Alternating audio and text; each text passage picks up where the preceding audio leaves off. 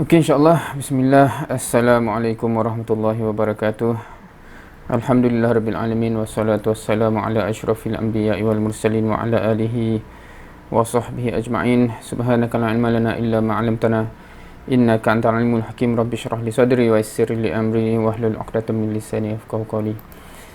Okey, Alhamdulillah, semua Alhamdulillah. InsyaAllah kita berjumpa sekali lagi dalam sesi kita tadabbur ayat-ayat Al-Quran, insyaAllah dalam sesi yang ke-18 ini, insyaAllah. Dan kita pun menuju ke penghujung Ramadan, insyaAllah. Semoga amalan masih diteruskan, dan kalau ikutkan kita masih ada satu lagi malam ganjil, yakni malam esok, insyaAllah. So peringatan sebelum kita masuk kepada ayat pada malam ni, insyaAllah, adalah peringatan-peringatan biasalah sepanjang 10 malam terakhir ni. Peringatan yang saya sentiasa ulang. Satu, insyaAllah sama-sama kita mohon doa untuk dosa kita diampunkan. Of course, terutamanya pada malam-malam ganjil. Tapi kalau malam yang lain pun dalam bulan Ramadan ni adalah malam-malam, ataupun sebenarnya siang pun jugalah kan.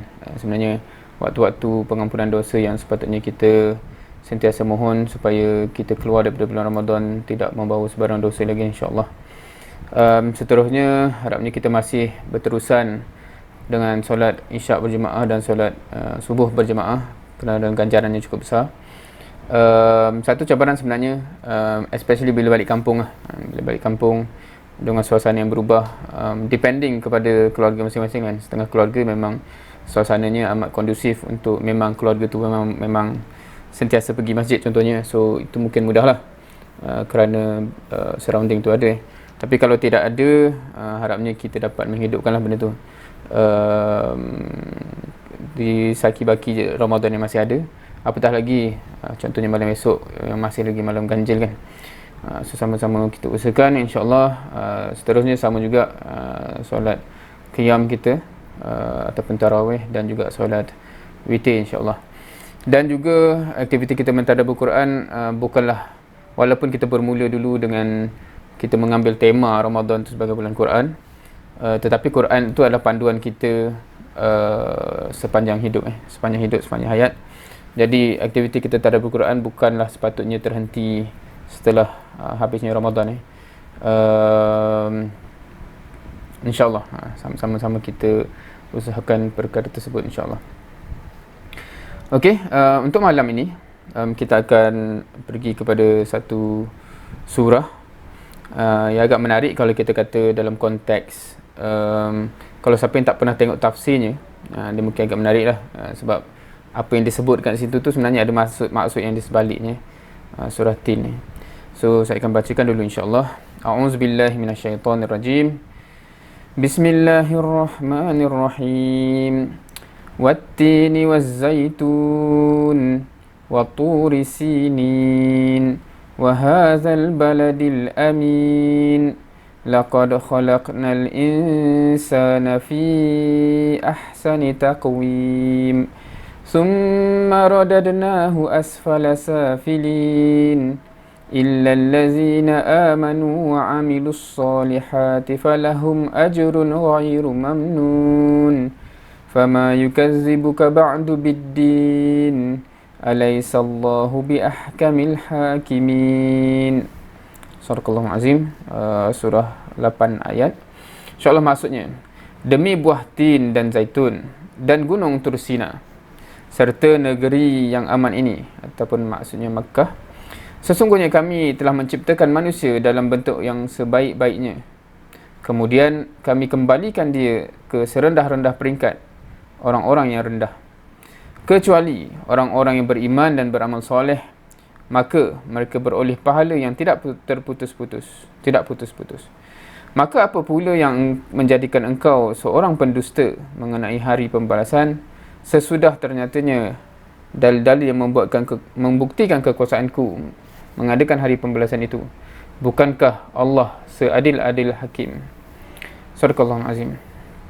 Okay, insyaAllah itu adalah 8 ayat daripada surah At-Tin. Dan insyaAllah untuk malam kita terus straight to point kot, dalam ayat-ayat ni apa sebenarnya message yang tersurat dan juga tersirat. Dan kita nak tadabbur melihat apakah pengajaran-pengajaran yang sepatutnya kita ambil, insyaAllah. Kalau tengok ayat 3 yang ayat yang pertama Auzubillahi minasyaitonirrajim. Wat-tini waz-zaitun wa turi sinin wa hadzal baladil amin. Dan kalau kita tengok nak kata apa wa kat sini ni dia bukan, dia maknanya apa dia satu sumpah satu sumpah. Biasa dengar dalam Quran ni kadang ada surah yang bermula dengan wa contohnya yang paling biasa kita dengar wal asr, dan dia tidak translate sebagai dan, tetapi dia translate sebagai demi, sebab wa kat situ adalah wa sumpah. So dekat sini Allah bersumpah dengan beberapa perkara, dan kalau kita baca sekali lalu mungkin ni apa ni kan, sebab kalau yang kita tahu tin tu buah tin lah, zaitun buah zaitun. Waktu di sini ni satu tempat pula kan. Kalau ke sini dia translate sebagai gunung Tursina. Tapi sebenarnya Tursina ni sebenarnya itulah dia. Turisinin tu sebenarnya Tursina lah tu dalam bahasa kita kan. Gunung tu sebab kalau kita tahu dia gunung ataupun setengah kata tempat tapi Tursina. Dan kemudian wahazal baladil amin, dan demi haza tu ini baladil amin, maknanya negeri yang aman ini, demi negeri aman ini. So Allah sumpah dengan apa sebenarnya ni kan. So dalam, kalau kita buka tafsir akan ada beberapa benda yang kita akan jumpa, tapi salah satu yang mungkin kita akan biasa jumpa adalah yang quite interesting, yang mengaitkan sebab kalau kita kata apa kaitan buah-buah ni dengan gunung tu, dengan Mekah ni kan. Apa kaitan? Itu mungkin satulah. Dan ni kita belum mentadabur dalam konteks apa kaitan dengan kita. Ni nak katanya apa maksud ayat ni dan apa kaitan antara satu sama lain. Sebab kemudian dia masuk cerita lain pula kan. So adakah ni nak kata buah tin tu memang buah yang hebat ke dan sebagainya. Now,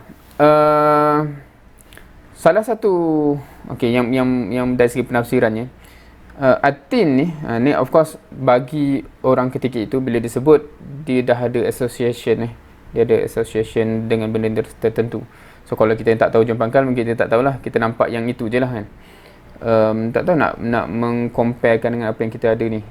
Apa yang kita ada bila kita sebut je, kita terbayang apa yang dia maksudkan di sebaliknya. Tapi secara ringkas, at-tin ni dia dikenali tempatnya di Syam, dan mereka tahu itu adalah tempat Nabi Nuh kan. Zaitun pula buah yang terdapat di Baitul Maqdis, dan diketahui itu juga ada satu tempat seorang Nabi, iaitu Nabi Isa AS. Tursina kan, Turisinin ataupun Tursina ni, ataupun lagi satu ialah Gunung Sinai kan. Itu satu lagi nak kata apa translation yang kita boleh jumpa Gunung Sinai. Itu pula dikenali dengan sebagai tempat Nabi Musa AS kan. Dan kemudiannya Mekah kita boleh agak lah Nabi apa kan. Cuma kadang-kadang kita mungkin terlupa, dia ada dua Nabi yang terkenal dengan Mekah. Satunya Nabi Ibrahim, dan of course satu lagi Nabi Muhammad SAW. So kalau kita perasan, apa kaitan antara lima Nabi ni, dan kita mungkin boleh ni lah kalau kita ingat balik zaman sekolah rendah kot. Sekolah rendah ke kita belajar benda ni kan, apakah yang persamaan antara kelima Nabi ni? Ia adalah Nabi-Nabi Ulul Azmi. So kalau sebelum ni kita tak pernah perasan, kita baca, kita ingat nampak buah je dan sebagainya. Rupanya di sebalik buah tu, di sebalik tempat itu, inilah yang nak kata menggabungkan, maknanya Allah sebut dalam 3 ayat tu, linkkan antara 5 Nabi-Nabi Ulul Azmi. Yang 5 Nabi Ulul Azmi. Now, so dalam saya Google Ulul Azmi dan sebagainya, adalah ada gambar-gambar yang saya guna dalam slide ni. Salah satu ni. Tu soalan, kenapa digelar Ulul Azmi? Tu satu soalan yang kita mungkin tanya. Siapa yang gelar? Of course Allah Subhanahu Wa Taala yang gelar lah dalam Quran. Memang ada tersebut Ulul Azmi ni bukan disebut oleh ulama dan sebagainya, tapi memang dalam Al-Quran ada menggunakan perkataan itu. Cuma persoalannya mengapa? So ini adalah ayat yang menggunakan term itu so daripada surah Al-Ahqaf, a'udzubillahi minasyaitonirrajim, fasbir kama sabara ulul azmi minar rusul wala tasta'jil lahum ka'annahum yawma yarawna ma yu'aduna lam yalbasu illa sa'atan min nahar balagh fahal yuhlaku illa alqaumul fasiqun. Maksud dia, jika demikian, ini dalam kurungan ni sebab dia ada ni sambungan daripada ayat sebelum tu cerita ni kan. Jika demikian akibat orang kafir yang menentangmu wahai Muhammad, maka bersabarlah. So ayat sebenarnya mula kat situ kan, fasbir. Tapi bila ayat tu ada mula maka, so sebenarnya kalau kita nak tahu konteks, kena tengok ayat sebelum tu. Ayat sebelum tu ada kaitan lah dengan orang kafir yang menentang Nabi SAW ni kan. So fasbir, maka bersabarlah, kama sabaru ulul azmi, sebagaimana sabarnya ulul azmi, rasul-rasul ulul azmi kan, minar rusul, daripada para rasul. So rasul tu ada banyak sebelum ni kan, tetapi ulul azmi tu perkaitan dia ialah ni sabar ni kan, sebagaimana sabarnya ulul azmi daripada rasul-rasul sebelum ni kan. So itu highlight key point dia lah. Maknanya ulul azmi ni Allah highlightkan aspek kesabaran mereka. Wala tastajil lahum, dan janganlah kamu, kat sini dia translate sebagai meminta disegerakan azab untuk mereka. Walaupun sebenarnya kat mana word azab sebenarnya tak ada sebenarnya ni. Tastajil lahum ni, lahum tu atas mereka. Tastajil ni macam tergesa-gesa kan. Jangan tergesa-gesa terhadap mereka. So maksud dia lah jangan tergesa-gesa nak minta dia orang ni terus diazab lah. Basically begitu Itu contextual. So translation yang kita biasa jumpa ni sebenarnya dia bukan translation literal lah. Ada perkataan kat sini sebenarnya tak ada dalam ayat tu, cuma nak bagi faham tetapi kalau kita faham benda tu, maksudnya sebab tu akan boleh jumpa translation lain pula kan. Sebab penafsiran ni mungkin dia menggunakan penafsiran yang berbeza. So tu ada baiknya kalau kita ada tahu sikit sebanyak bahasa Arab untuk kita boleh tengoklah yang mana yang exactly ayat asal, yang mana yang unsur penafsiran. Dan of course ayat ni sambung, saya tak baca lah, tapi keadaannya ialah diorang tu bagaimana Allah akan deal dengan diorang lah. Sungguhnya masa kalau dia nak tengok azab nanti, itulah dia punya balasan. Tetapi asal portion yang kita nak bincang ulul azmi ni kat sini pangkal ayat 35 ni, fasbir kama sabaru ulul azmi minar rusul wala tastajil lahum.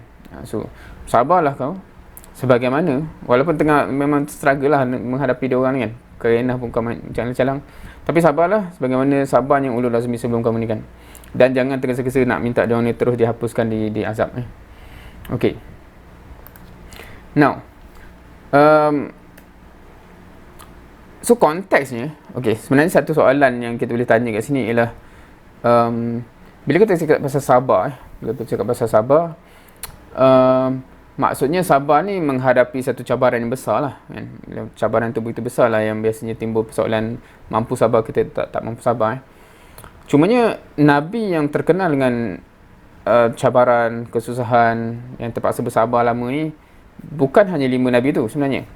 Kalau kita Nabi lain, apa yang kita tahu Nabi Yusuf ada ceritanya kan, dalam surah Yusuf tu cerita yang panjang daripada masa dia kecil lagi, dia dapat mimpi tu. Lepas tu ayah dia kata jangan beritahu adik-beradik dia, abang-abang dia yang lain sebab nanti kan jealous dan sebagainya. Kemudiannya abang-abang dia bawa dia keluar dan tinggal dalam telaga tu kan. Dan kemudiannya kena perompak lah apa semua tu, dan masuk jail pula bila dia dah besar dan sebagainya. So ada cabarannya yang tertentu. So itu pun ada cabarannya dan dia bersabar juga kan. Satu lagi Nabi yang memang terkenal dengan kesabaran adalah Nabi Ayub rasanya. Nabi Ayub yang memang dia diuji dengan sakit kan, penyakit dan kesabaran yang bukan calang lah kalau kita baca detail tu kan. So kenapa, apa yang membezakan ulul azmi ini dengan Nabi lain yang mencabar juga cabaran dia? Tapi kalau kita tengok dalam konteks ayat tadi tu, konteksnya ada. So Nabi Muhammad SAW dibawa ulul azmi sebelum ni. Kenapa? Sebab dia sedang menghadapi cabaran masyarakat masyarakat yang didakwahi, yang disampaikan dakwah. Kerenah dia tu memang menguji kesabaran. So dan pada Nabi yang sebelum tu, yang 5 tadi ataupun 4 yang sebelum Nabi SAW tu pun, dia punya cabaran tu cabaran umat tu. Dia bukan cabaran sakit, bukan cabaran cabaran sebagai manusia yang Allah juga uji. Tapi dia cabaran berdakwah lah basically in konteks. So konteks surah ni bila dikaitkan dengan ulul azmi, maknanya konteks dakwah lah basically kan. Maknanya menghadapi masyarakat yang cukup degil, yang cukup kerenahnya tu cukup menguji kesabarannya. Now, kalau kita secara perasan tak perasan kita dah cover beberapa surah sebelum ni. Daripada An-Nas sampai dah ke sini kan, dah nak hampir Ad-Duha dah. Kita akan nampak balik tak balik asal lah cerita dakwah kan. Tapi of course lah, sebab kita cerita memang fasa Mekah punya ayat, obviously itulah memang kerja Nabi SAW, day in day out, itulah dia dakwah. Bukan hanya kerja Nabi SAW, kerja para sahabat pun begitu kan. Dan itulah intipati Islam di awal kan. Yang sepatutnya kita juga menjiwai lah kan. Dan sepatutnya kita memang tak boleh lari lah dalam konteks kalau macam lagi banyak kita tadabbur, lagi banyak kita akan perasan poin yang berulang yang sama. Kalau kita buat tak perasan juga, itu satu cabaran yang besar lah sebenarnya. Ataupun bukan cabaran dah tu, itu adalah satu benda yang kita kena jawab lah depan Allah SWT kan. Macam buat tak tahu dan sebagainya. Okay, so konteksnya konteks dakwah, ujian dakwah dalam konteks specifically orang itu masyarakat itu yang menguji kesabaran kita. So, dan Allah sebut arahannya apa fasbir kan, pangkal ayat tu fasbir, maka bersabarlah kan, sebagaimana sabarnya ulul azmi. Wala tastajil lahum, janganlah kamu tergesa-gesa kat sini minta disegerakan azab untuk mereka. Mudah tak nak ambil pengajaran ni?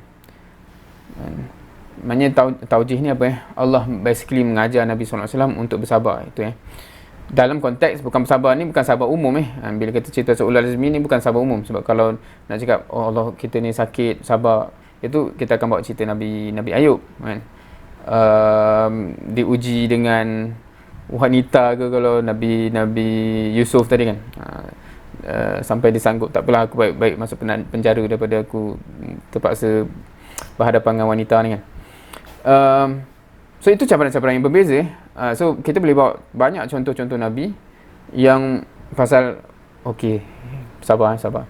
Tetapi kalau kita nak relate dengan ulul azmi, dia memang sabar dengan masyarakat yang kita sedang dakwahi kan. Kita sedang dakwah kepada masyarakat tu, dia buat hal kan, sabar kan.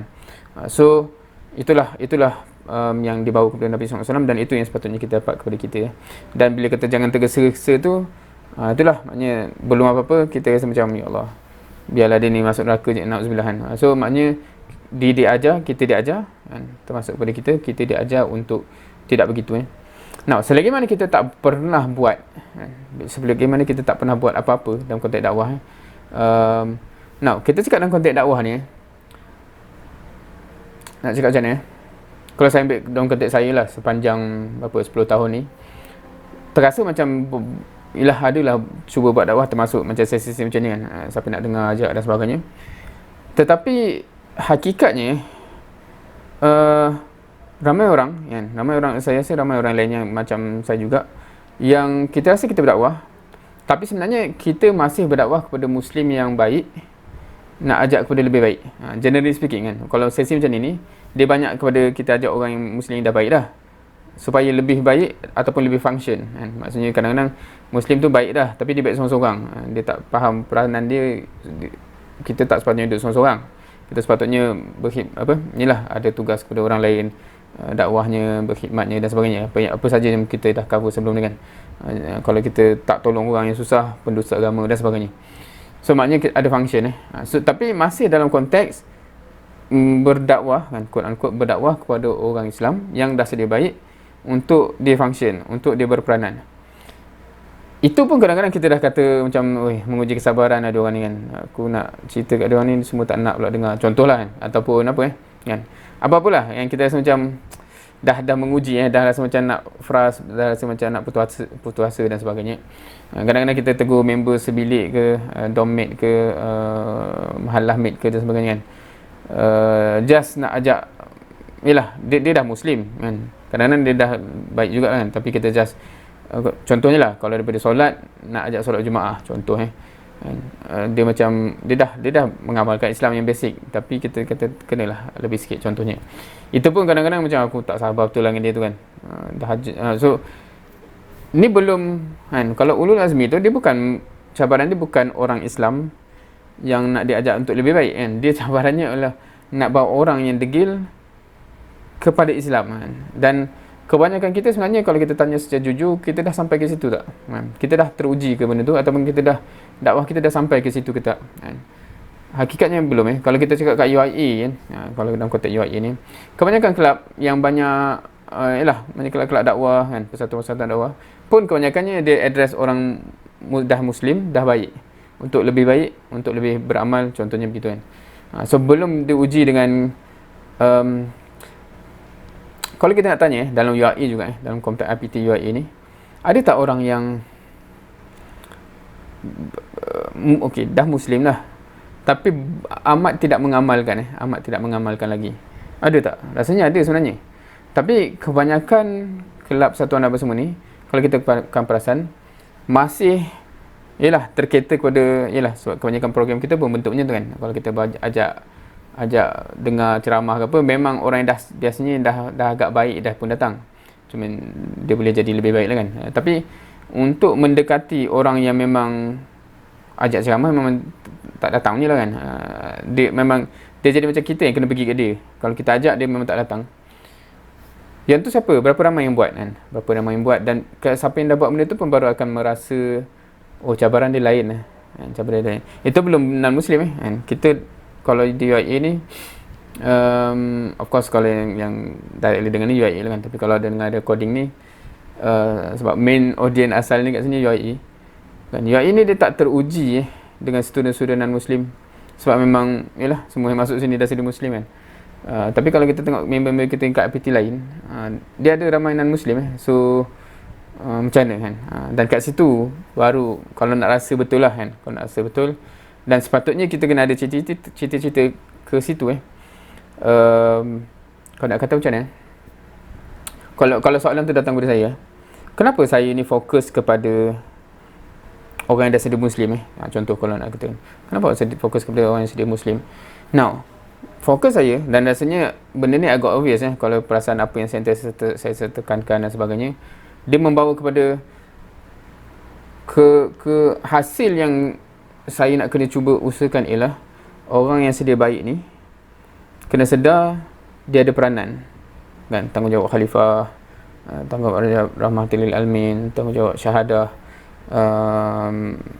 dan sebagainya kan, yang kita bincang. So banyak essence kat situ pasal kita kena berdakwah kepada orang lain dan sebagainya. So itu bendanya, bukan kalau sekadar nak bagi nak just sekadar kalau sekadar nak minta dia baca lebih just tilawah ke dan sebagainya. Dia ada satu persoalan sebenarnya kat situ kan. Kenapa tak dari segi prioritinya ada orang yang lebih sepatutnya lah kan. Ni dari segi perbincangan teori lah. Kalau ada orang yang macam mana cakap walaupun tak ada jaminan, tapi nak kata kalau ada orang yang memang masih tak tahu lagi dia boleh masuk syurga ke tak, dengan ada orang yang rasanya macam dia masuk syurga lah, cumanya macam CP-CP ataupun syurga yang bawah ke dan sebagainya, wallahualam. So dia akan ada perbincangan macam kat sini lah lagi urgent, sebab dia tu macam tak nampak gaya pun nak ke syurga kan. So sepatutnya dia lebih dapat tumpuan Now, kebanyakan konsep ataupun teori yang orang yang pergi kejar kepada orang yang dah sedia baik, dia hanya logik bila untuk ajak sama-sama untuk pergi ke grup yang lagi satu tu kan. That's the only way it makes sense. Sebab kalau dia nak shock sendiri, duduk dengan orang baik, duduk main-main dengan orang baik ni je, then itu bukan apa yang Nabi buat lah kan. Nabi sentiasa yang dah macam ni Nabi ajak orang kepada Islam, lepas tu isteri dia masuk Islam, Abu Bakar masuk Islam, apa yang awal-awal lagi keluarga Biasi dan sebagainya kan. Dan kemudian lepas tu Umar dan sebagainya. Kita akan perasan dia bukan just dah jadi baik duduk diam-diam kan. Dia masih target orang yang belum Islam, dan yang dah Islam tu di train untuk boleh ajak orang lain untuk masuk Islam sebab tu kita akan nampak Abu Bakar yang paling hebat lah di awal-awal lagi tu. Dia ajak member-member dia, sebab Abu Bakar ni kan dia macam elit, so dia ajak Abdurrahman bin Auf, dia ajak Uthman, dan saya rasa satu benda yang sepatutnya kita teruji ialah nak dapat saham macam Abu Bakar kan. Sebab kalau kita tengok list 10 yang dia jamin syurga, Abu Bakar tu memang dah ada jamin syurga, tapi ramai lain yang dia jamin syurga tu pun at least separuh daripada yang dia jamin syurga pun masuk Islam sebab Abu Bakar. So kalau kita nak kata saham dia tu dah dia jamin syurga, masuk Islam awal. Lepas tu separuh daripada yang dijamin syurga yang lain masuk Islam sebab dia juga kan. So bergantanglah dia punya saham-saham di syurga nanti kan. So sepatutnya kita teruji jugalah untuk kita pun begitu maknanya ada yang orang yang kita dapat bawa kepada paling bagus kepada Islam lah kan. Paling kurang daripada Islam kepada berdakwah kan, contohnya maksudnya hence saham kita akan berkembang So itu nak katanya macam kenapa saya cerita panjang lebar tu, sebab nak katanya asal usul bila kita cakap bersabar ni, bersabar dengan masyarakat tu ialah masyarakat yang memang asalnya menentang Islam degil, susah nak menerima Islam, dan itu amat menguji kesabaran So kalau kita masih bercakap dengan kadang-kadang saya secara tak pun terkeluar juga kata-kata macam tension, macam nak frust, walaupun hanya mengajak orang baik untuk buat peranan dia orang, which is berdakwah itu pun merasa macam ya Allah kenapa lihat sangat kan. Itu belum lagi pergi kepada directly kepada orang yang perlu didakwahi untuk actually masuk Islam, or kalau benda-benda yang amat basic pun belum buat solat 5 waktu dan sebagainya. Dan rasanya di UAE ni sebenarnya ada lagi kategori macam ni yang mungkin tak ramai yang cater tak ramai yang cater, dan sepatutnya kita kena cari mereka dan selesaikan kalau yang belum solat 5 waktu. Alright, so sepatutnya kita mengenang ulul azmi ni patut menjadi pengubat dalam berdakwah dalam berhadapan dengan cabaran-cabaran dakwah lah, especially orang-orang itu.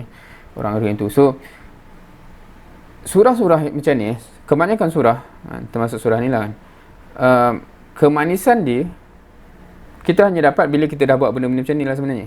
Otherwise dia jadi macam apa kaitan dengan aku kan. Sebab itu dia punya tu dia punya point besar ni. Surah macam ni sepatutnya kita kena kaitkan direct dengan diri kita. Tapi dia susah nak kaitkan sebab memang almost tak ada kaitan kalau kita tak buat peranan kita yang kita dah bincang sebelum ni, which is kita kena jumpa orang, mengajak orang kepada Islam. Kalau itu pun tak buat, jadi surah ni sebab surah ni dia punya sambungan kan. Okey, dah ajak orang tu, memang akan mencabarlah, memang kau akan teruji kesabaran kau. Ingatlah Rasul ulul azmi sebelum ni kan.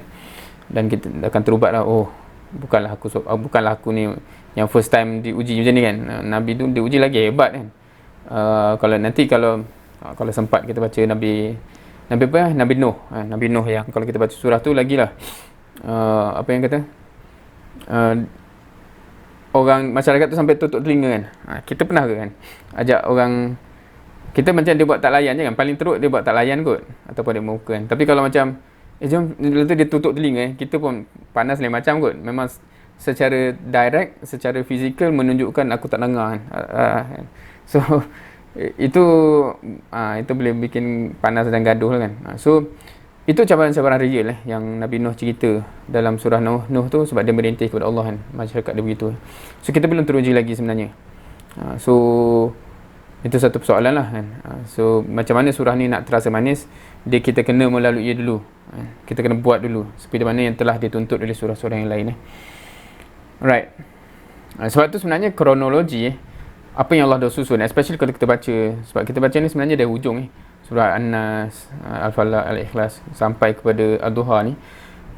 Biasanya surah ni pun antara surah yang paling mudah nak hafal. So itu satu kelebihan lah. Tapi dari segi flow tu pun nanti dia akan sampai climax bila sampai Ad-Duha, Alam Nashrah tu.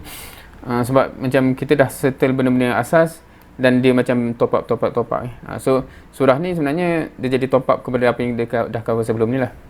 Selagi mana, so kemanisan dia insyaAllah kan. Siapa yang belum cuba maksudnya bila dah buat apa-apa yang dituntut surah-surah sebelum ni, surah ni akan jadi satu benda yang manis lah. Sebab kita akan terasa Allah cakap dengan kita dan dalam cabaran yang kita dah hadapi. Now kita pergi pula ayat 4, 5 dan 6 Laqad khalaqnal insana fi ahsani taqwim summa radadnahu asfala safilin. So Allah sebut bahawa asalnya kami telah menciptakan manusia dari bentuk yang sebaik-baiknya. Tetapi kemudian summa radadnahu asfala safilin. Dia rendahkan balik. So asal usul kerjaan kita ni, so kalau kita nak kata macam manusia ni tak sama dengan binatang kan. Dia dicipta lebih tinggi. Betul. Tetapi dia boleh jatuh serendah-rendahnya kan? Sebab tu dalam ayat lain dia kata lagi buruk daripada haiwan ternak dan sebagainya kan. Lagi teruk daripada binatang. Sebab apa? Walaupun asal kita penciptaan kita tu sebaik-baiknya, tapi dia tak statik dan dia tak kekal di situ. Dia akan jatuh bawah lagi daripada binatang. Tapi ada pengecualian lah, yang ni yang kita nak dapat pengecualian kan. Illal ladzina amanu wa amilus solihat. Melainkan, so cara Allah sebut ni, laqad khalaqnal insan, manusia tu kan, dicipta sebaik-baiknya. Tapi kemudian dia jatuhkan serendah-rendahnya, kecuali so yang tak jatuh serendahnya yang ni lah kan, kecuali apa? Amanu, beriman, wa amilus solihat, dan beramal soleh. Falahum ajrun ghairu mamnun. So dia akan dapat pahala yang tak putus-putus kan. Dan sebenarnya kalau kita dengar kenapa pahala tak putus-putus so kalau kita relate dengan konteks dakwah apa semua tu, memang kita akan faham lah kan, kenapa tak putus-putus. Sebab kebanyakan amalan lain kan, biasanya kita biasa dengar konsep amal jariah, amal jariah kan, amal tak putus-putus. Contohnya kita sedekah kepada masjid ke surau yang kemudian benda tu sentiasa digunakan untuk benda yang bermanfaat yang tak putus-putus. So pahala dia still masuk Tapi ada benda yang macam dia one off. So masa tu je lah dapat kan.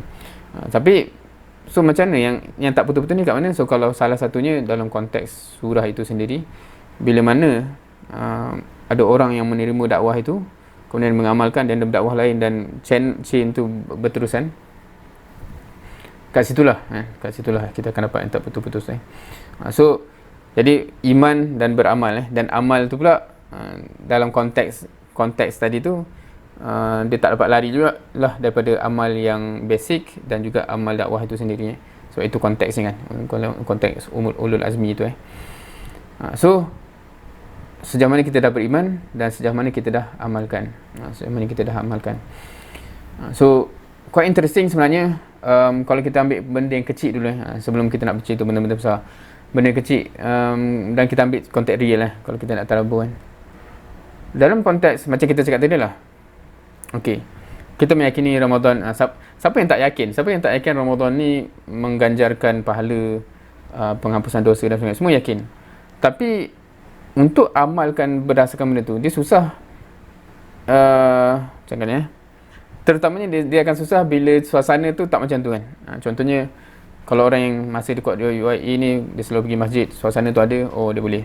Balik kampung semua suasana nak raya dah kan, semua suasana dah maknanya kalau malam tu pun tak tahulah setengah orang begitu setengah tempat begitu maknanya dah tak ingat dah tarawih kan, semua nak pasang lampu, nak apa-apa kan. So bukan nak kata benda tu salah tapi nak katanya tadi kita beriman bahawa Ramadan tu kan, peluang yang bukan calang-calang kan. Tapi kenapa macam amal kita tak selari keimanan tu kan? So that's the question itu salah satu contoh yang basic, itu contoh pasal ibadah Kalau kita ambil contoh yang lebih besar sekadanya suasana raya tu dah ada benda-benda yang ni kena kalau kita dah rasa begitu contohnya kan, wallahu alam, mungkin ada sanak saudara kita yang mungkin belum menjiwai memahami Islam dari segi praktikal contohnya tak tahulah bila raya tu kadang-kadang berhiasnya macam mana ataupun pergaulannya macam mana, ataupun balik semua bawa gosip macam mana kan. So mengumpat, kalau memfitnah na'udzubillah lagi lah kan, mengumpat pun sebenarnya dah dosa-dosa yang kita tak nak tercebut, tak terlibat So semua benda-benda tu contoh-contoh nak katanya macam sebenarnya kita akan teruji sejauh mana kita amalkan kan. Okey, sebab bila cakap dakwah ni dia bukan atas title kan, saya pendakwah ni tapi dia memang perbuatan kita harian dan of course pada masa yang sama bukan nak suruh sebab dalam ayatnya ni dia macam konsep asas apa yang kita patut buat, belum macam mana macam mana biasanya surah dia panjang sikit, surah juzuk 28 29 contohnya banyak pasal Nabi Nuh dan sebagainya macam dia cerita macam mana tapi first ni apa yang patut buat, memang kena buat. Dia macam penekanan dia kena buat. So kena buat something. Cumanya bila kita kata kena buat tu caranya ada juga caranya kena berhikmah dan sebagainya.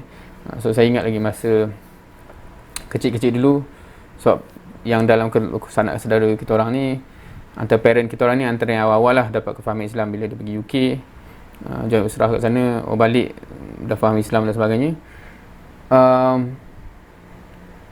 masa berapa tahun ambil banyak tahun lah ambil banyak tahun sebelum nenek saya start tutup aurat, mak saudara, sepupu start tutup aurat kan.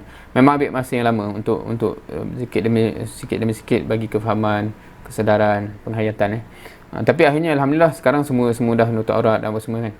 So dia ambil makan tahun juga tetapi nak katanya dia orang dia macam ni pergi sambung belajar, masuk universiti, tak tahu kenapa terjumpa orang yang ajak usrah, bagi kefahaman dan semuanya, balik tahu ada peranan dan macam mana sikit demi sikit nak make sure supaya family jadi yang sepatutnya kan. So itu contoh yang saya tengok dengan mata kepala sendirilah saya kecil-kecil dulu. Dan satu hari yang gembira lah bila NDM tiba-tiba sekejap, sepupu aku ni pakai tudung pula kan. Sebab sebelum tu memang semua tak pakai kan. So quite interesting. Itu antara contoh real bagaimana orang yang bila kata dia beriman dengan sesuatu tu, dia cuba implement lah, dia amalkan kan. Takkan nak biarkan parent kita ke adik-beradik kita, saudara sepupu sepapak saudara kekal dalam keadaan tidak mengamalkan. Ni kalau especially kalau terkena lah, keluarga kita ada kategori begitu belum mengamalkan Islam dalam juzuk-juzuk yang tertentu Kalau yang belum solat tu apatah lagi itu sepatutnya kita lagi kesian lah, dan sepatutnya kita lagi tolong, sebab itu amalan pertama yang dia tanya kan. So takkan jahat sangat lah kalau kita biar jahat sangat lah kalau kita biar.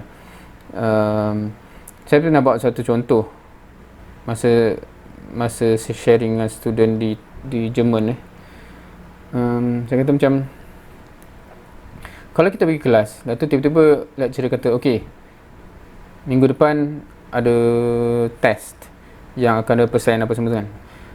Yang penting lah, basically ada test penting yang kita kena prepare supaya kita boleh lulus dan sebagainya. Kebetulan member kita tak datang kelas tu, so dia tak tahu lah. So sepatutnya biasa balik tu, sepatutnya kita beritahu dia lah kan, supaya dia pun boleh prepare. Lepas tu saya tanya student kan, kalau kita buat tak tahu, kita tak beritahu dia, lepas tu tiba-tiba masa exam tu baru dia tahu, apa ni kan. Dan nasib dia fail kan. Macam mana? Kau rasa macam mana? So ada student tu memang reaksi dia tu spontan kan, busuknya hati dia tu kan. Kita boleh faham kenapa dia anggap busuk hati, macam jahat gila lah tak bagi tahu member tu kan. Kalau kita boleh faham benda tu, benda yang sama lah kalau kita ada member yang belum solat kan, kita biar kan. Sebab ni lagi besar kan, kalau test tu markah kan, tapi ni isu syurga neraka ni kan.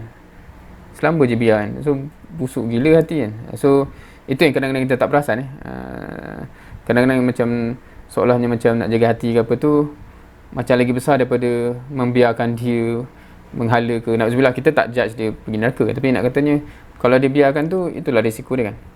So itu benda yang hopefully kita amalkan lah. Kita dah makin, maknanya lensa kita melihat kehidupan tu dah berbeza. Kemudian ayat 7 dan 8 Fama yukazzibuka ba'da biddin alaysallahu biahkamil hakimin. Maka apa pula yang menjadikan kau seorang pendusta mengenai hari pembalasan So kat sini dia sebab ada penafsiran lah kan. Fama yukazzibuka, ini satu soalan apa yang menyebabkan kau ni dustakan? Dustakan apa? Ba'du ni lepas dah clear yang tadi kan. Biddin ni of course kata dengan agama kan. Itu satu, tapi biasanya dalam konteks ayat-ayat tertentu tu memang dikaitkan dengan hari akhirat sama macam Maliki Yaumiddin kan. Kita baca tu kita takkan tengok translation dia bukan Yaumiddin tu bukan hari agama, tapi hari pembalasan kan kalau kita baca surah Al-Fatihah. Sebab dia adalah maksud ad-din tu kan. So adakah kita ni mendustakan hari pembalasan? Dan contoh-contoh yang saya buat tadi tu dia ada kaitan maksudnya kalau kita yakin dan kita tak dustakan hari pembalasan, mustahil kita akan biar orang hidup ke arah hari pembalasan tu dalam keadaan yang risiko tinggi. Dan kita tahu pula tu kan, ini kalau dia macam ni neraka tempat dia, na'udzubillah kan. Tak apa kot kan. Macam kita macam cuba macam deny kan hari pembalasan dan semuanya. Adakah kita mendustakan kan? Dan Allah kata alaysallahu biahkamil hakimin, bukan Allah sebaik-baik hakim sebaik-baik hakim. Dan itu pun lagi cuak tu sebenarnya. Kalau kita sebab macam mana cakap, Kalau macam mana cakap, kalau member yang test tadi kan, member yang tadi kita tak bagi dia ada test, dan kemudian masa ada test tu dia akan komplain tak kan, dan kita awak tu mungkin cikgu kata, lecturer kata takkan tak ada orang tahu, ada ni member aku datang dengan kan, tapi dia so macam mana kita nak jawab kan. So exact sama dalam konteks hari akhirat. So yang kita risaukan ialah kalau ada member-member kita yang kita realise dia sebenarnya dalam keadaan tertentu yang perlu nasihat, tapi kita tak pernah bagi. Kalau kita dah bagi nasihat dan sebagainya dan dia yang degil, tu cerita lain. Memang adil lah, dia akan dibalas dengan kedegilan dia kan. Tetapi kalau dia tak pernah diberitahu, yang tu yang kita risau. So banyak dah benda yang kita faham daripada Al-Quran ni, hopefully daripada tadabbur kita dan sebagainya. Dan kalau kita tengok ada orang lain yang tak faham benda yang sama, kita ada peranan untuk sampaikan tak? Tu contoh.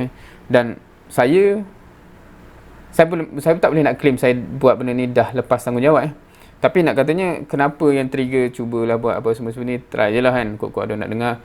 Maknanya dia macam random try and error je semua benda ni kan. Alhamdulillah ada yang nak dengar, jalan kan. Tapi nak katanya kenapa ada try benda macam ni, kerana itulah kan itu. Macam sebab soalan besar ni ialah kan aku boleh jawab tak ni kalau tak try apa-apa kan. So cara tu boleh jadi macam-macam lah kan. Dan of course harapnya korang semua pun akan ada idea yang lebih bernas, lebih kreatif dan sebagainya.